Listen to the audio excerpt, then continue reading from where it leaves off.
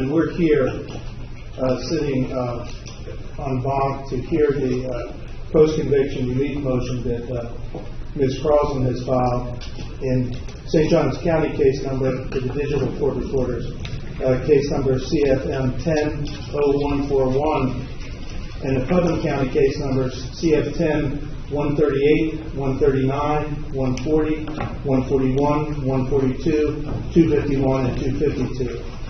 Mr. Franks, is the state ready to proceed? Yes, sir, Your Honor. Mr. Amati, is the defense ready to proceed? Yes, Your Honor. Okay.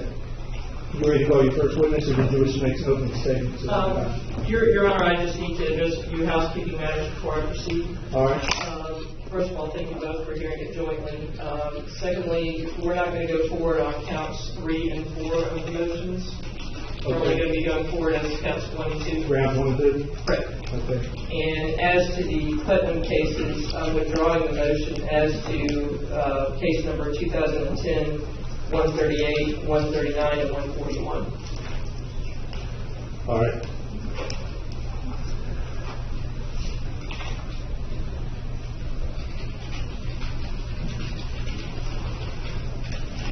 Other than that, I'm ready to proceed. Okay. Who's going to be your first witness? Ms. Croslin. Ms. Croslin, would you come up, please?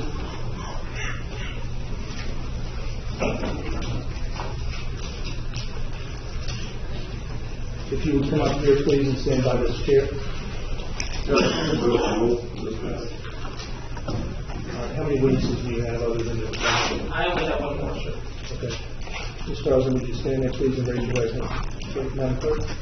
You solemnly swear that the testimony you are about to give will be the truth, the whole truth, and nothing but the truth, so help you God. Yes, ma'am. Thank If you. you have a seat, and if you need to address that microphone, feel free to do so. Ms. Martin, who's your other witness?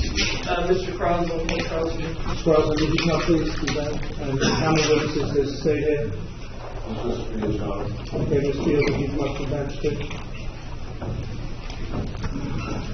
Could you both raise your right hand, please? So you solemnly swear or affirm that the evidence you give will be the truth, the whole truth, and nothing but the truth, so help you God.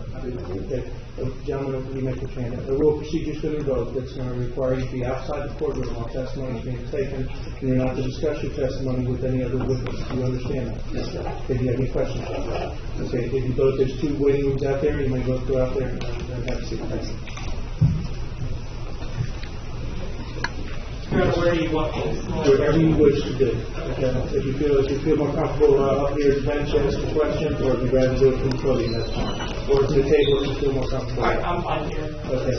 The only thing we ask you to do, if you don't mind, is ask the bailiff to move that microphone so the digital court reporter can pick it up. All right. All right. We're ready. All right. Please state your name for the record. Misty Croslin, And how old are you? 24, And what is your education level? probably 3.1, What grade in school did you finish? 7th grade, Okay. And do you know what your reading level is? 3.1, What does that mean? 3rd grade. 3rd grade reading level. Okay. Prior to being incarcerated, did you work anywhere? I was a hostess. Do you know Attorney Robert Fields? Yes, ma'am. How do you know him? He represented me When did you first meet him? in 2009 when my stepdad went missing. Excuse me? In 2009 when my stepdad went missing. Ms. Croslin, would you do me a favor and would you move that chair a little bit closer to the microphone? Thank you. And how old were you at that time? 18. Okay. Who first introduced him to you? My sister-in-law's mother.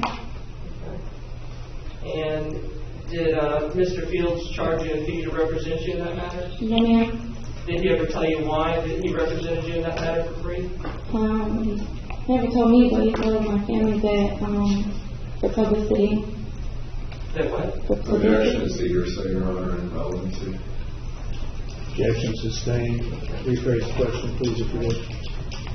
And how many times did you meet with him concerning that case, concerning the disappearance of your stepdaughter? When I was locked up? Or how many times? Prior to that? A lot. I can't even account how many times. Okay. After you got arrested for these drug trafficking offenses that were here for today in 2010, how many times did you meet with him regarding that? At least 10. Did you ever meet with him with law enforcement? Yes, ma'am. How many times approximately? Probably like 4 or 5.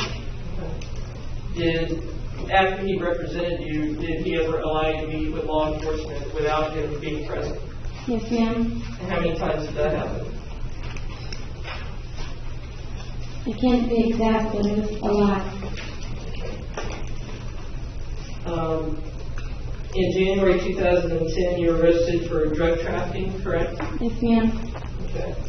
And did he represent you in those cases also? Yes, ma'am. Did you have 8 separate cases spanning both Putnam and St. Johns County? Yes, ma'am.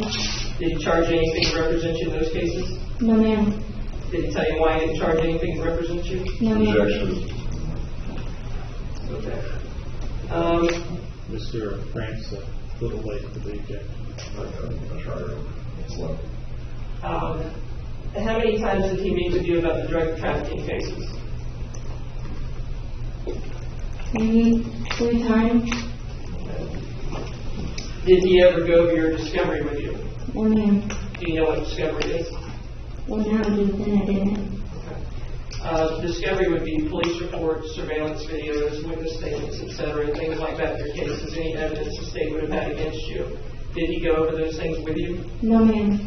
Did he ever give you copies of any of the arrest reports, of the surveillance videos, or the transcripts of the surveillance, anything like that? No, ma'am. So what was your conversation about these drug trafficking cases when he met with you? He pretty much just told me not to worry, that everything was going to be okay, and that if I pled no contest, that I'd get 6 years as a legal offender. Did you believe him? Yes, ma'am. Did he at any time ever tell you, like, the maximum sentence, how much that the judge could possibly give you in both St. Johns and Putnam County for all those cases? He never told me that. He only told me that the charge carried up to 25 years. He never explained to me that this is what the judge had to give to me, or he never explained any of that to me. Did he ever tell you that 25 years was what's called a minimum mandatory? No, ma'am. Did you even know what that was? No, ma'am. Because during your pleas, I reviewed the transcripts for both St. Johns and Putnam County, and during the plea transcripts for both of those cases, or not both of the cases, all 8 of the cases, both Judge Berger in St. Johns County and both Judge LaRue in Putnam County both break down the charges, and they both tell you on the record that there are minimum mandatory sentences attached to every single one of your charges. In some cases there are 25 years, in some cases there are 15, in some cases there are 3 years. And they told you all of that on the record, and on the record you acknowledged that you understood that. What did you think that meant? I just thought that's as much as I could give.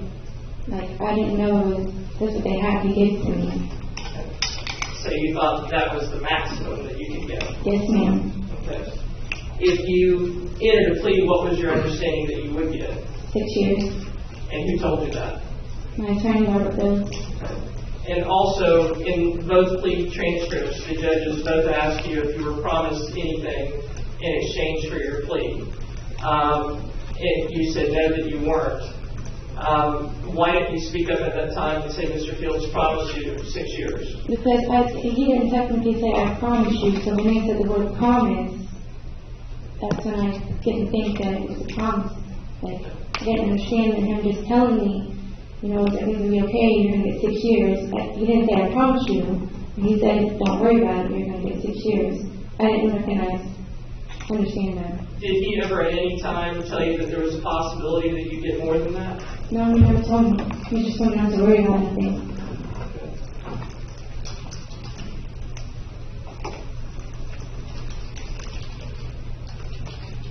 If you had known that you entered a plea and you were going to get 25 years in prison in either Putnam or St. Johns County, would you have done that? No, ma'am. What would you have done differently?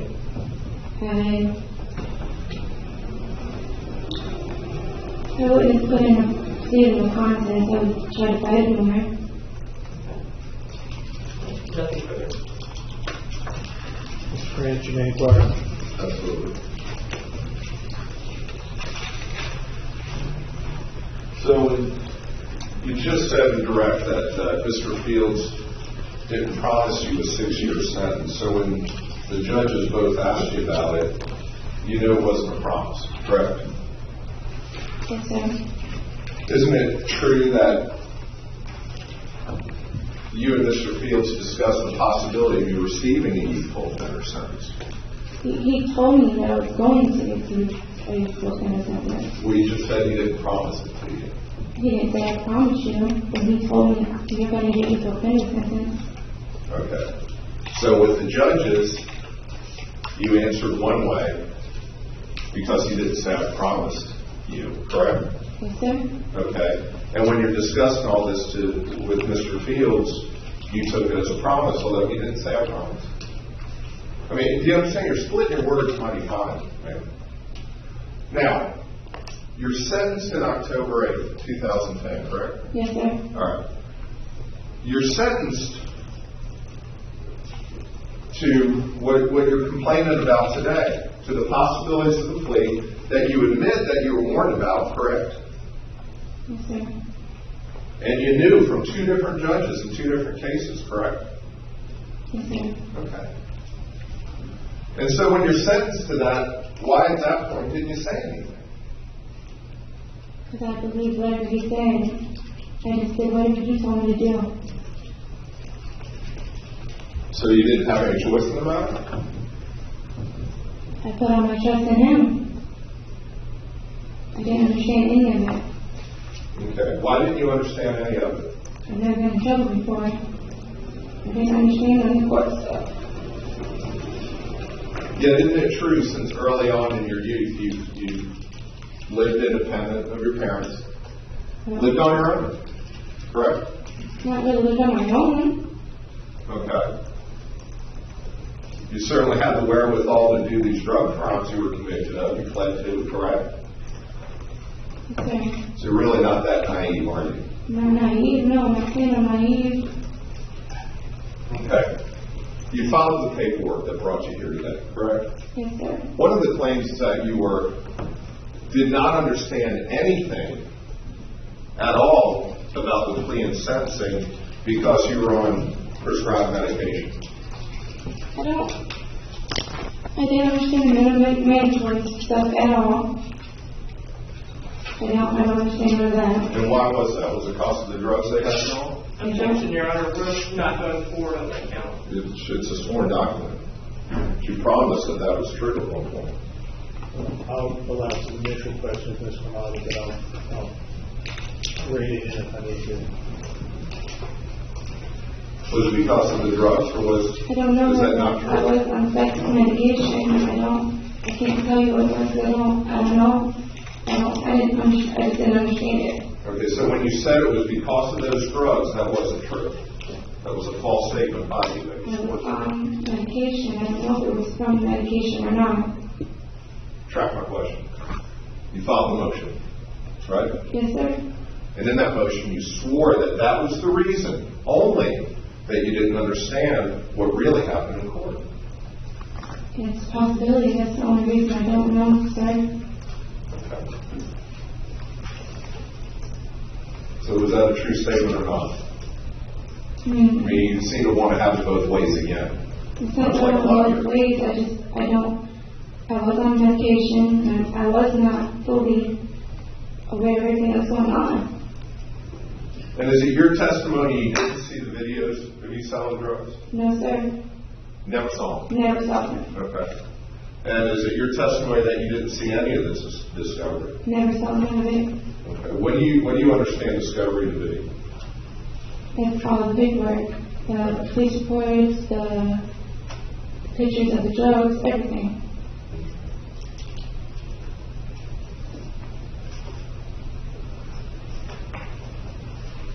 I'm nothing further, Your Honor. All right. Thank you. Any redirect? Yes, Your Honor. Ms. Croslin, why did you enter pleas to these charges? What was your understanding? I entered a plea of no contest because my attorney told me that I would get 6 years in the offender program. And you were taking medication at the time, prescribed medication, correct? Yes, ma'am. And what were those medications? Prozac and Visceral. And did they affect your judgment? I can say it a little bit, yeah. Nothing further. Anything else? Brief, Your Honor. Yet, at that sentencing, you answered all the questions posed to you in front of the court, correct? You talked about your youth, Yes, sir. talked about your dad and mom being drug abusers throughout that youth, Yes, sir. being left alone, Yes, sir. living with older men. Yes, sir. And was all that true? Yes, that is true. Okay, so you weren't confused about all that. I'm not confused about what happened in my life, no. Okay, fair enough. No further questions, Your Honor? Anything else? Nothing further. Ms. Croslin, you can go ahead.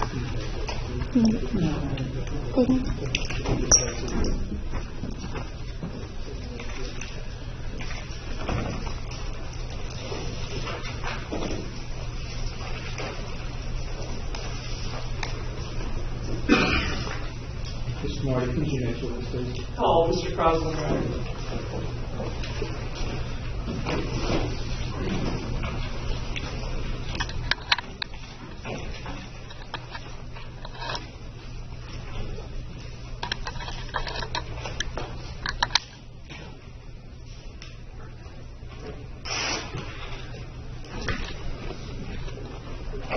Mr. Croslin, would you come up here, please, sir?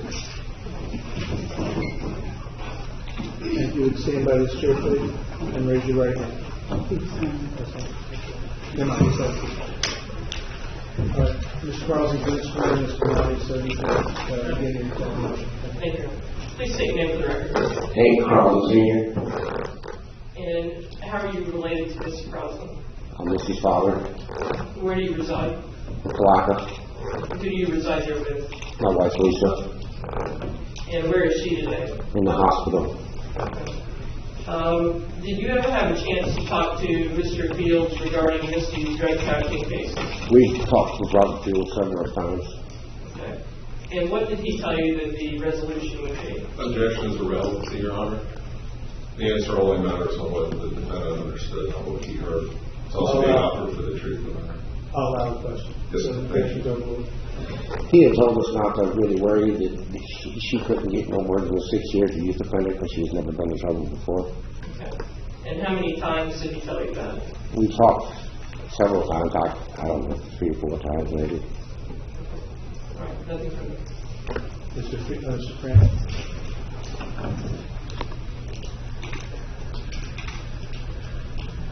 So in the sentencing, your daughter described you to be a drug abuser throughout her youth. She's had some problems. Sir? Yes, she's had some problems. She was describing you. Me? Objection, objection, Your Honor. Relevance? Yes, I'll allow the question. I have How many years? 30 years. 30 years of drug abuse? What kind of drugs? Okay.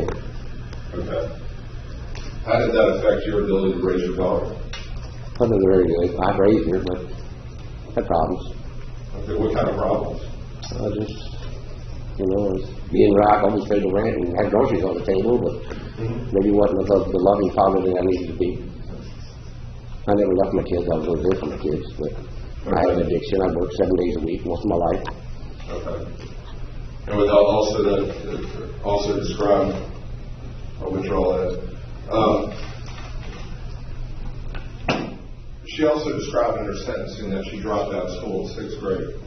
Pretty much. Did you see yourself having any responsibility to try to keep her in school? I work 7 days a week. I get her up in the mornings, tell her to get ready to go to school. I'd leave between 5 and 6 o'clock in the morning. I'd get her dressed. She wouldn't go. Okay. And you left it at that? I complained every day. Threatened to whoop her butt and everything, but it didn't help. Okay.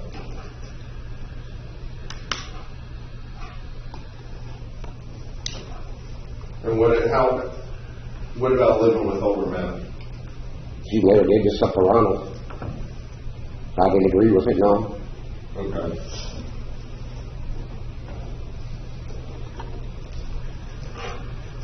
Now, your testimony here today was that Mr. Fields had guaranteed a resolution.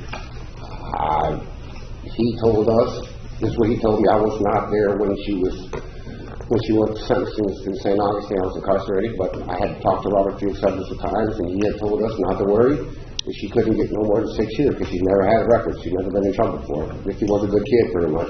Isn't it true he told you that was a possibility, that was a strategy that they would try for at sentencing? I don't think so. I think exactly what he said, because he talked about the youth offender. He said that they would go, the minimum mandatory, they would go after her for that, but they couldn't give her no more than 6 years, because she's never been in trouble before. Missy never had a record.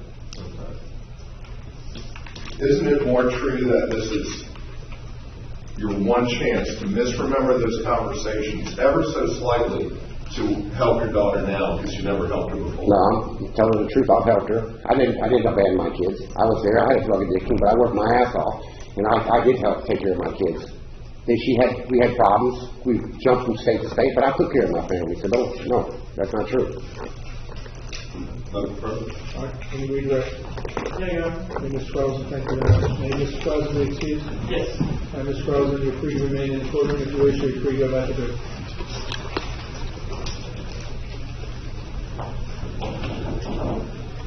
Do you have any other witnesses? I don't. State you have witnesses. Stay close, Mr. Fields, Your Honor. All right, you guys, Mr. Fields, come in, please.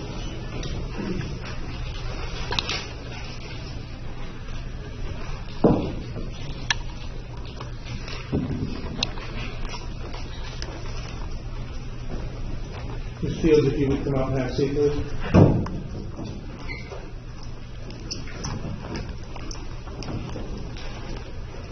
Just have a seat. Mr. France, Ms. Fields has already been sworn.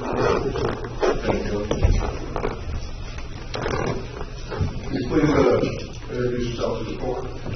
Well, my name is Robert Fields. I'm an attorney. I think I know the court, and now they know me. Okay. And what type of attorney, what type of law do you practice? General practice. I practice criminal law, family, probate, personal injury, things of that nature. Okay. Criminal? I did. Okay. Now, when were you licensed to practice law in the state of Florida? I think it was 98. Okay. Same year I graduated law school. Okay. And from 98 until the time you met the defendant, could you estimate how many criminal cases you had? A lot. A lot. Ballpark number for us? I couldn't. Well, I mean, how many criminal cases I've handled? It was, when I started taking court appointments. I started doing private cases. It's you know, I mean, it's over 100 easily. It's more than that, and I don't want to give too high of a number. I'm under oath, but it's a lot. And I got the book award in law school, and that's what got me interested. Had a lot of competition, a lot of good friends that were mad at me, but it worked out. You know, I could argue pretty good, and that got me interested. Interested in criminal law? In criminal law. Great. Okay. Can you please describe how you came to meet Misty Croslin? Well, you know, I don't know how many years ago this has been. It's been a lot. But I remember a call from a relative. It was a grandmother or some kind of grand relative. And I remember meeting Misty Croslin in my office in Palatka. And I remember the first meeting. I think the first time I met her was in person. It wasn't over the phone. Okay.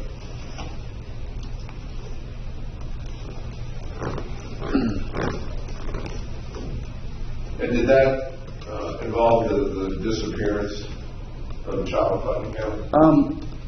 I can't remember exactly, but it was related to that. Okay. I do remember Ronald not in there. Ronald, her friend, was outside, and there was a little issue with that. But I remember it was the specter surrounding that, and that was it. Okay. Now, moving forward from that time on to now, when did you first become aware that she was involved in these drug charges that she pled to?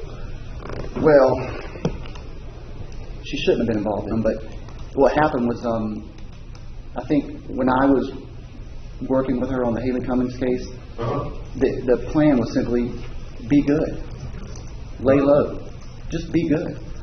Some things started happening. She was just kind of doing some things that were a little flashy.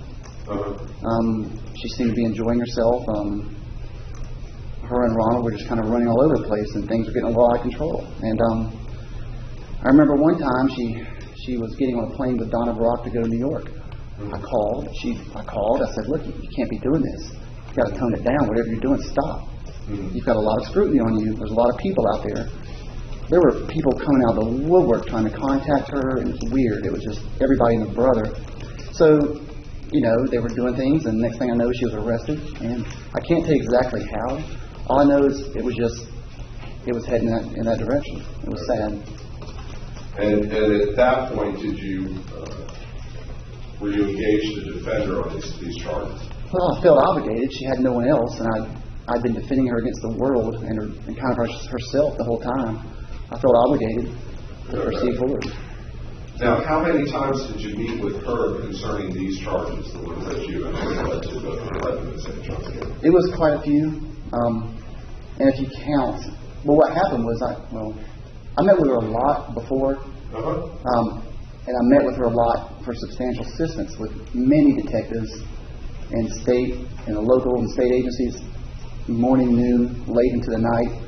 There were a bunch, a lot of those meetings to work on substantial assistance.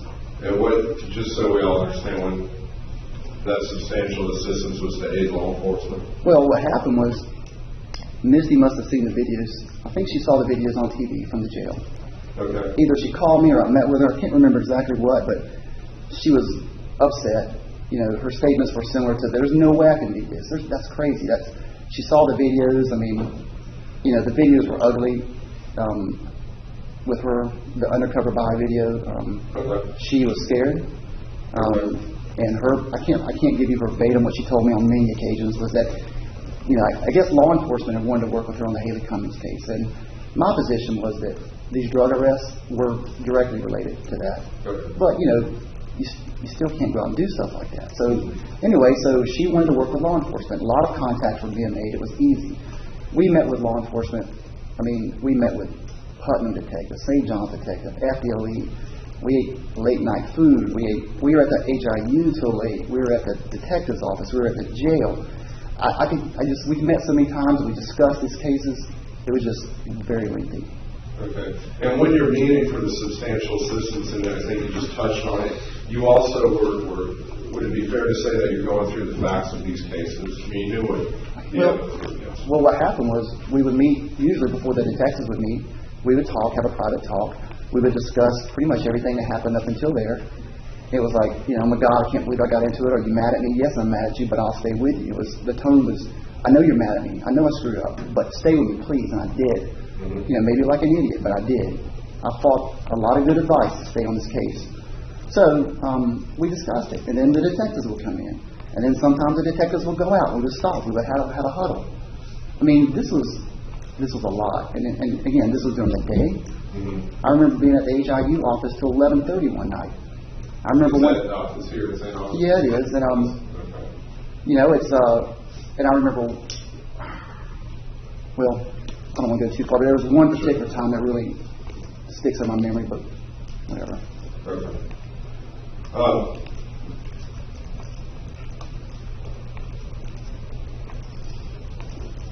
Now, you testify that you can review the evidence, try to work with law enforcement.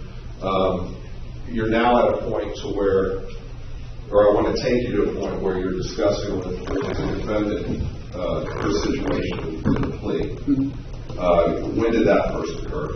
I can't remember, but I can't remember exactly, but I can tell you, and I guess I need to color that for you. We had a situation where I was alluding to earlier at the HIU, the Homicide Investigative Unit. She had been pushing this story to me and to everyone else that Cousin Joe was involved in this whole long story. And I thought, wow, that's a great theory. It sounds plausible. These guys are investing a lot of time in these detectives. And we're in there. It's about 11 o'clock at night. We're in some room I've never seen before. I've never seen since. And all of a sudden, these guys are just talking to Misty, just kind of grilling her, and for the substantial assistance. Okay. And then she goes, I lied. It was about this Cousin Joe. So I was furious. They were furious. And it was just, I don't know how many weeks or months she was working on that. I was furious. Well, I'm getting there. Well, was that when you say I lied in the story about Cousin Joe? Was he involved in the disappearance of the child or the drug case? Well, it was the child. Okay. Your Honor, I can object. This is not relevant to the drug trafficking cases while we're here today. Let's get to the point of the drug. I'll get to the point. Can I continue, Judge? No, let them ask questions. Correct. And if you can hone in on when you really started to see that, discuss with the defendant about whether or not to plead to these cases, whether to go to trial. Okay. Well, what happened was, at that point, law enforcement started to back off. They had had enough. And so they were getting to the point where, look, we've given you all these chances. You've done this to us. We're at the point now where you're just going to have to plead or go to trial. I discussed with Misty many times, and again, whenever we met with law enforcement, that you were looking at, I can't tell you, maybe 100 years in prison if you added everything up. And that was scary. That was scary to her. So that's where we got to the point we really need to start taking this seriously, because law enforcement was not keeping that door open. So, anymore. And what was the strategy when the defendant formed as far as pleading? What did you hope to or at least hope to attempt to do? Well, we knew what we did. We got 25 years concurrent across the board, and that was the success. She wanted to get out. We discussed many times. I mean, Alaska and Montana still stick out in my head. We talked about her potentially having kids. You get the 25 years. Maybe with time off that, you'll be younger than your mother when you get out. You're going to be young enough to have kids, move away, and hopefully there's going to be some guy out there that's never heard of you. If he did, he's going to forgive you, and you can have a life. The 25 years was the ultimate prize. It was it. We got it. We got it before we went to court. So by that substantial assistance, now the officers, the detectives, maybe they felt sorry for her or whatever, but they or maybe it was the state attorney apologized, but the culmination was, we're not going to dogpile on you. We're not going to penalize you for asking for youthful offender. You get the 25 concurrent, and that was it. So at that point, we had already gotten what she agreed to, and she wanted to have, so she wouldn't spend the rest of her life in prison. That was it. Okay. And her motion states that you promised her a 6-year youthful offender sentence. That I promised you would get that? Absolutely get it. That's ridiculous. Okay. Tell us what your discussions with her were about the possibility of a youthful offender sentence. Well, it was a long shot. I mean, a lot of it was simply because she was mad. Well, the public and the tabloids in particular were vilifying her. I think a lot of people have seen that undercover video, and there were just rumors about the stuff they were doing out on their own. And I think even Hank had tried to get her to calm down at one point. But she wanted people to see what she was really like. So part of that youthful offender was kind of get her story out. Okay. But there was no promises made. I never did that. In my 16 years, I've never made a promise to a client like that, ever. And why not? You can't do it. You just can't. I mean, it's a night and day issue. You just don't do it. Okay. But that was still a possibility that she could have been sentenced under that youthful offender, which would have reduced her incarceration to 6 months. I don't know if it was possible. I think we both realized it was not going to happen, but it was something we wanted to try to do. But again, the ultimate success was the 25 years. That, again, I don't understand why we're even here, because she got what she knew she was going to get, the 25 years. And when we say the 25 years, and you earlier mentioned use the term dogpile, were you referring to the possibility of receiving the maximum sentence under these charges and having them stacked on top of each other? Yes, I mean 25 by 25 by 30. It could have been a lot. It could have been, and again, I can't remember, it's been so long, upwards of 100 years consecutive. She would have never gotten out unless she took really good care of herself in prison. Okay. And when you said you heard mentions of a family and moving back out west,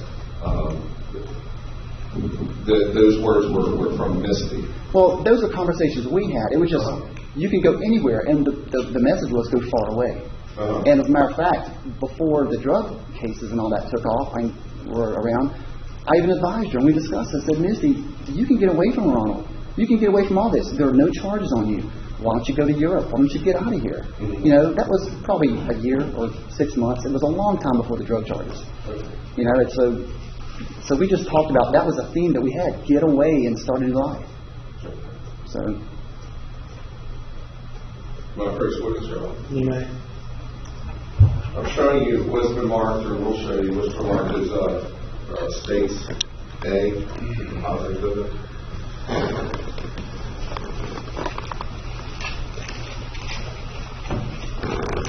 Can you identify that packet, please?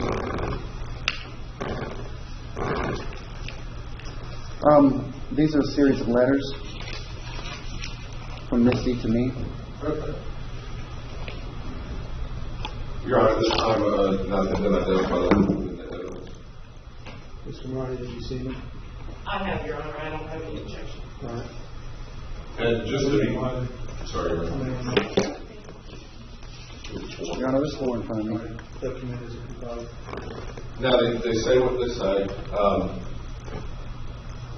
but would it be true of all 4 of those letters that there's not one mention of you lying to her, you misrepresenting anything to her in those letters? Well, let me read them.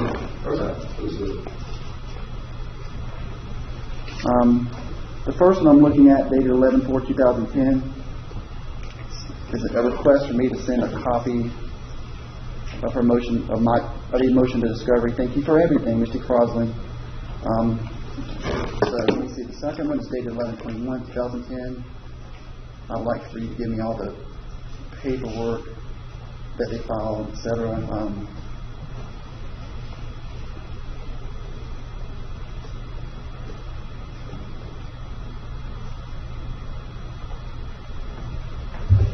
Okay, I don't see anything there.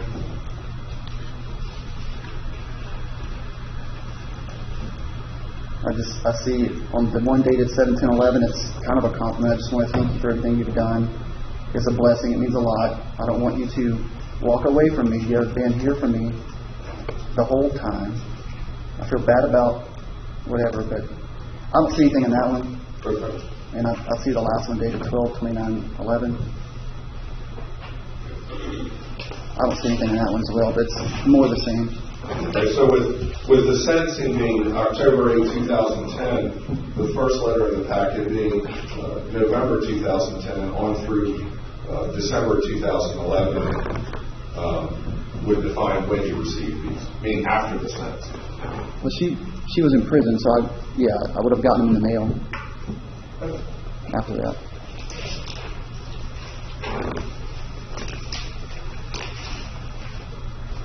Nothing further, Your Honor. All right, thank you. Mr. Marty. Yes, Your Honor. Good afternoon, Your Honor. Sorry. Good morning, Mr. Fields. Hey, good morning, Mr. Marty. You said throughout your entire career you've handled roughly 100 criminal cases?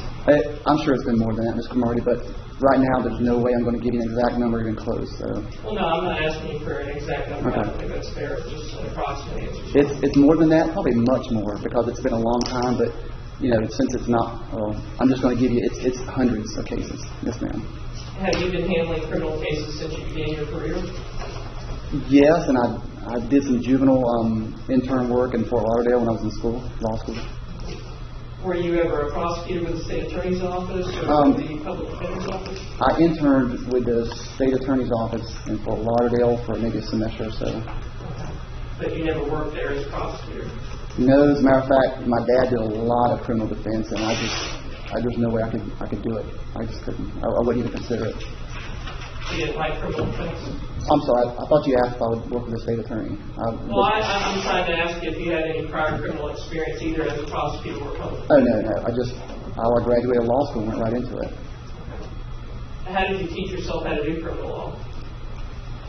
Well, how did I teach myself? I was prepared through law school, and my dad had been a practicing attorney since the 60s, handled a lot of cases, and he was my mentor until he died several years later. Okay. Have you ever tried a murder case? I have. Are you death qualified? I'm not death qualified. Okay. Have you ever handled other drug trafficking cases? Yes, I have.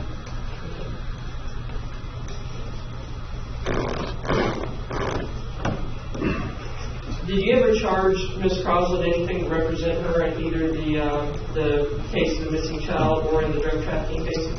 No. In the first case, there was nothing to really represent her on, other just keep her safe and keep her out of the limelight. And the second one, I just felt obligated, so I stayed on. So I never charged her. But you testified that you spent a lot of time on these cases, correct? Yeah, and mainly to get that substantial assistance. Right, that you spent time meeting with detectives, with homicide detectives. You said that you're up at, I think meeting in the middle hours of the night kind of thing, that you spent a lot of time working on these cases, correct? Yes, ma'am, and I don't think it was the middle hours, and I think the latest was maybe around 11:30, but we did a lot. It was all to get that substantial assistance, which I think we did. And that was the substantial assistance in the Haleigh Cummings case. Well, that's what they wanted to talk to her about. They didn't want to talk about the drug case. It was all about Haleigh, and that was all about that. Now, was she present for all those meetings? Yeah. I mean, they didn't want to talk to me. I mean, I think I spoke to detectives every now and then about coordinating and setting up, but she may not have been involved in every single contact. I mean, you're talking 6 years ago. Did she ever meet with law enforcement without you being present? I think she did, and I think she did on her own volition. I'm sure, and it may have, if it was something minuscule, I may have authorized it on one occasion, but I think when she was arrested initially, maybe she met with them and waived my appearance. I was furious about that. I think I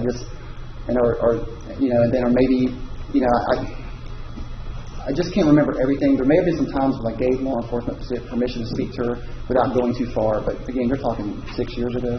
So you gave law enforcement permission to speak with her on a potential murder case without you being present? It wasn't about a murder case.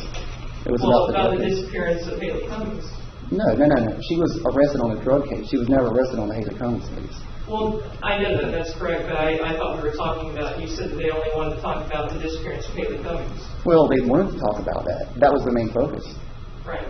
And so you were comfortable letting her speak with law enforcement by herself about that, even though you represented her on that case? Well, you asked me if I'd ever let her speak, and I'm doing the best to tell you that it's possible that I did, and it is possible, but it's also possible that I didn't. But I remember particularly that they did talk to her about certain things, and she wanted to, and so if she wanted to, as Misty does, she's going to do what she wants to do.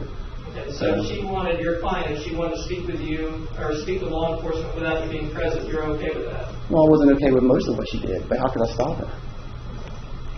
Did they ever speak with her about the drug trafficking cases? Well, when I was there? Yes. Yeah, it was always part of it. It was always part of look at what you're looking at. Your defenses are nothing. If you look at yourself in the video, you're having a pretty good time, and what were you thinking? So now let's talk about Haleigh.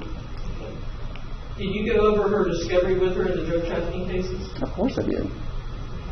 Did you actually take her to the jail and go through the paperwork with her? Well, first of all, I can't give you an actual repeat of what I did, but I was her attorney during that whole period. I met with her. I took a file in there with me. I took her file, took everything in there. Did you give her copies of all the discovery? I don't know if I gave her copies the whole way through, but I know after the case was over with, she requested and got copies. But we viewed everything. As a matter of fact, when I remember one particular time, I don't remember the date, she had already seen all the videos I think prior to me seeing them, and she was so scared. Her again, not verbatim, but her position was, my God, that is so bad. That is so bad. Let's get with these guys. Let's talk. Let me do what I can. And then a series of mistruths were perpetuated after that. And then at that point, law enforcement got tired of dealing with us. But luckily, we got the 25 years, so I don't know how we got that, but we did. And you said that getting the 25 years as a global settlement, you considered a big victory, correct? Without a doubt, Ms. Kamari. And you said that you had talked to the prosecutors ahead of time, and you sort of had that tentative agreement that that's what it was going to be? I remember the prosecutors at one point telling us that they weren't going to seek the consecutive, and I thought that was a wonderful result. And was she happy with the 25 years? Well, of course, Ms. Cromartie. We spoke about it. We spoke about her having a future. We spoke about her having a chance at a life. I mean, we had these discussions. Okay. So if you had the prosecutors agreeing to 25 years and everybody was happy with it prior to entering the plea, then why didn't you announce it on the record as an agreed upon deal? Well, first of all, I'm not sure when they said it, and it wasn't an agreed upon deal. But you said you had talked to them and they had agreed. Ms. Cromartie, you asked me, and I told you I don't know when it was, but they said that they weren't going to seek consecutive. But they also said they weren't going to penalize us for seeking youthful offender. They weren't going to penalize us for doing anything. But they wouldn't agree to it. I'm sorry? They wouldn't agree to it ahead of time. They weren't going to agree to youthful offender. I mean, No, I mean the 25 years. I'm sorry? They weren't going to agree to the 25 years prior to her entering her pleas? I can't remember when they did it, Ms. Cromartie. You're talking 6 years ago. But Misty was happy with 25 years. I mean, she wanted no years. She wanted to solve this case, but unfortunately that didn't work. But if she would have gotten 25 years after we discussed it, that was something she could live with. Most definitely. Because you did argue for a youthful offender sentence when she entered her plea in St. Johns County at sentencing. Yes, ma'am. Okay.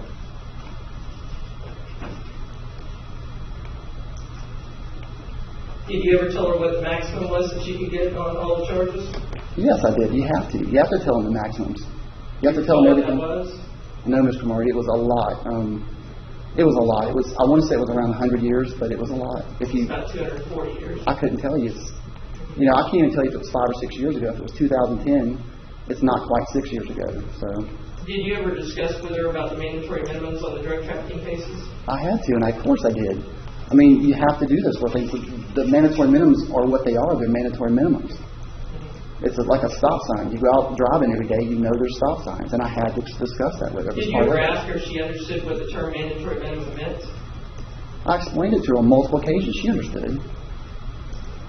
That was, I mean, we worked together as a team. She was on my team, I was on hers. That's what we do with our criminal defendants. That's what we do. I mean, that's my job. If I'm a plumber, I plumb. You know, I tell my client, look, you got a leak, let's fix this. I'm not going to just do it and say, here's the bill. Nothing further. All right. Any redirect? No, Your Honor. All right. Mr. Field, please excuse. Is that from the courtroom? All right, thank you, Judge. So I'm free to leave the courtroom. Your Honor, I'm going to recall Ms. Croslin. You're free to leave. All right, thank you. I've got this paperwork in front of me. Does anyone have Just these? speak to the clerk, please.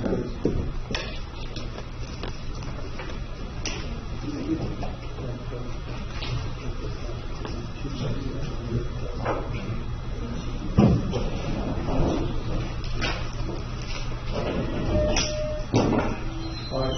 You want to recall Ms. Croslin? Yes, sir. Yes, Ms. Croslin, come back here, please.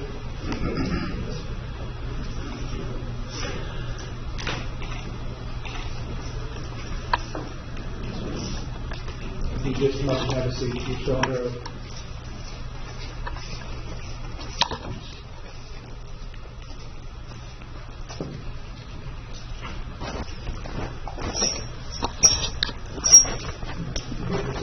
May I please witness, Your Honor? You may. Is this mark?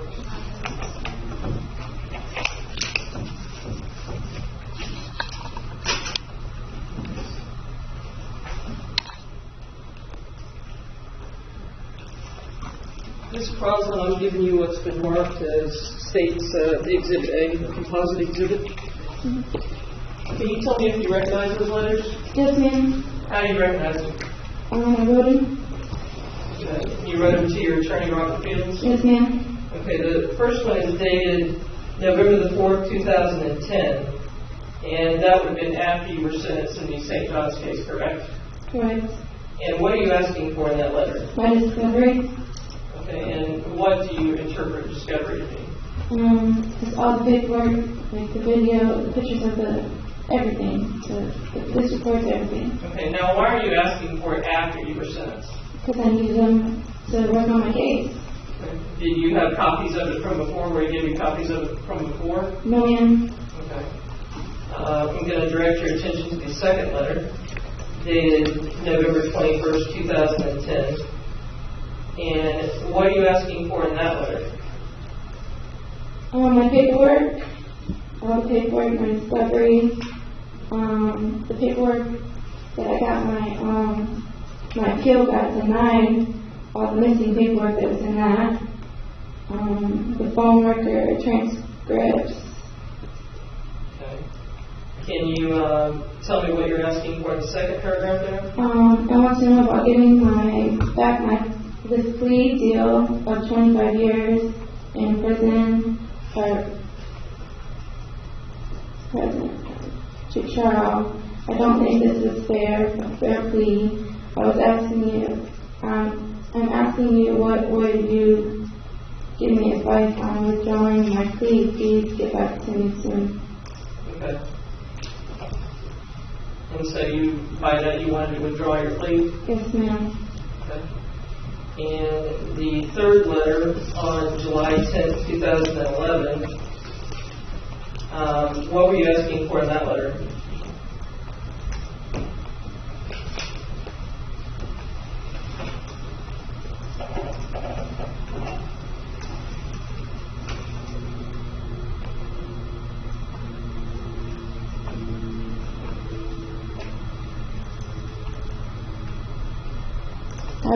didn't know what to do at that point. I'm just asking for help. Okay. And you say at some point that basically you're happy with him, but do you mean that in the drug trafficking case or in his representation of you regarding the disappearance of Haleigh? His representation about Haleigh Cummings. And on the last letter on December 29th, 2011, what are you asking for there?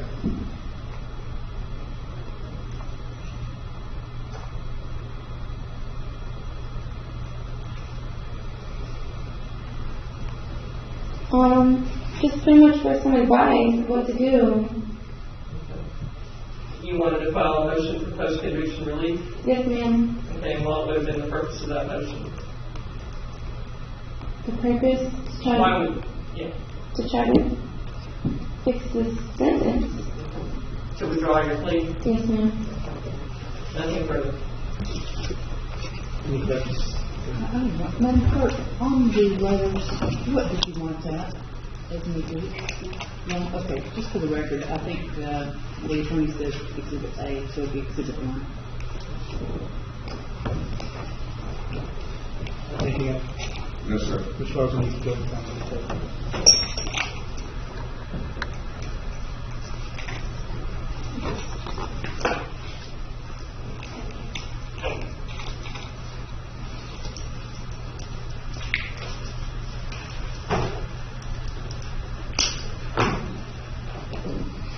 All right, Mr. Marty, anything else? No, Your Honor. Mr. France, anything else? Yes, sir. Okay. All right. As far as arguments, you wish to do that orally, you wish to submit written? Your Honor, we can submit written briefs. All right. How much time do you need? I can submit one in 10 days. You want a longer period of time? I'm not trying to rush that, just trying to... 20 days, 30 days, that's fine. All right. Mr. France, 30 days? You can do Yes, it? sir. Okay. All right, then each of you send a proposed order to both of us, if you would, within 30 days. Do not send copies to the other until after the date's passed, so it's set for the date. I'll give you an exact date. And so if you look at it down. What do you end up? What day is it? That would be Friday, April 8th. All right. Friday, April 8th by noon. You can send copies to the other side on the following Monday. Do not file any responses to the other's submissions. Okay. I don't want to start a debate going back and forth. All right. Fine. Yes, sir. Anything else, Council? That's all, Your Honor. All right. Then we'll be adjourned. Thank you. Court being recessed.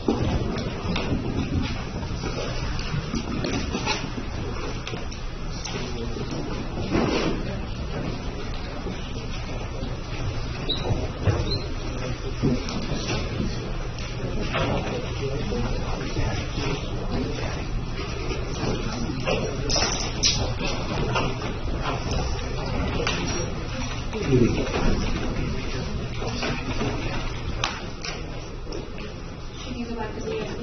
Yes, you can take that. That'd be excused, Your Honor. Thank you. Now, what do you want? Mr. Martin, do you need to see her before she gets back? No, please, sir. All right, thank you. Thanks.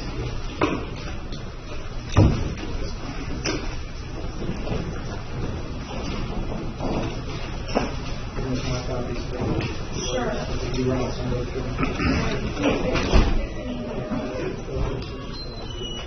I have time to run out. I want to come back and clean this up. Like it's not